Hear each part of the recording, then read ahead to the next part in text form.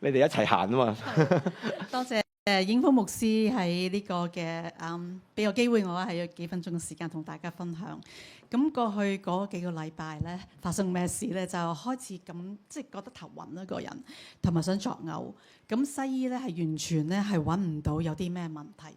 咁我睇中醫嘅時候咧就催我快啲去睇急症室，快入去啦咁做咗掃描之後咧就發現有個小有一個喺小腦裏面有個瘤。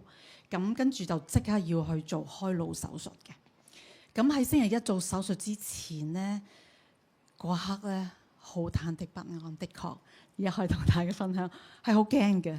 驚咩咧？佢已經同我講話，你有機會係講嘢要再 retrain 翻啊，你個 body 又要再 train 翻啦。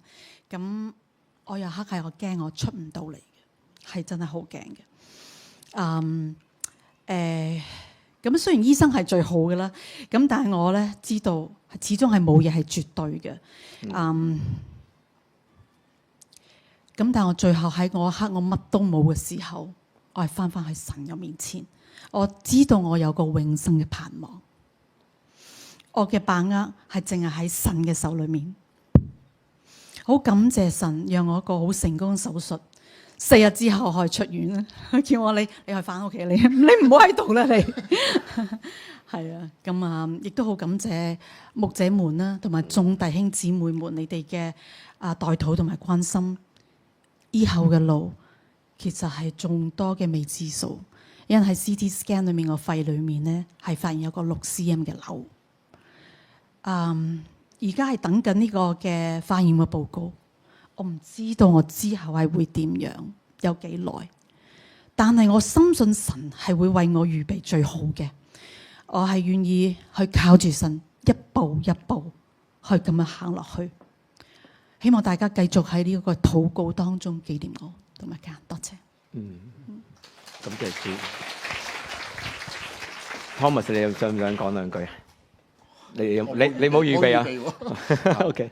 唔緊要，我諗你都想致謝下啦。係啊，都係多謝多謝係教會啦，弟兄姊妹，即係好似好多嘅天使咁樣圍住我哋一家咯。喺過去2個星期，我記得我第一晚喺 ICU 翻去酒店嘅時候，我臨瞓嗰時，我問我自己，其實係咪真嘅？即係我嗰刻，我係喺度諗緊，到底呢啲係咪啱發生，定係我有幻覺咧？但係呢個過程裏面，俾我哋兩個可以有好深刻嘅溝通啦。有好多嘢之前我哋未有機會講嘅，都會有機會去分享。咁我亦都係喺當中睇到自己好多嘅不足啦。作為一個嘅丈夫，好多從我自己嘅中心去睇。咁但係好感恩，其實喺我哋喺婚姻加新嘅夫婦型嘅服侍裏邊，過去嘅幾年咧，其實就神其實預備咗我哋去面對呢個嘅風浪咯。其實我哋上個月先啱啱去完一個夫婦嘅進心營，就係講到話夫婦二人點樣一齊喺靈裏面成長，與神親近咯。咁所以喺過去嗰2個星期，我哋喺醫院裏邊咧，其實我哋不斷就去操練，去用我哋啱啱所學到嘅嘢。咁我覺得神真係為我哋預備咗每一樣嘢咯。係咯，將榮耀頌讚都係歸俾神。係，多謝大家。感謝主。好，我哋。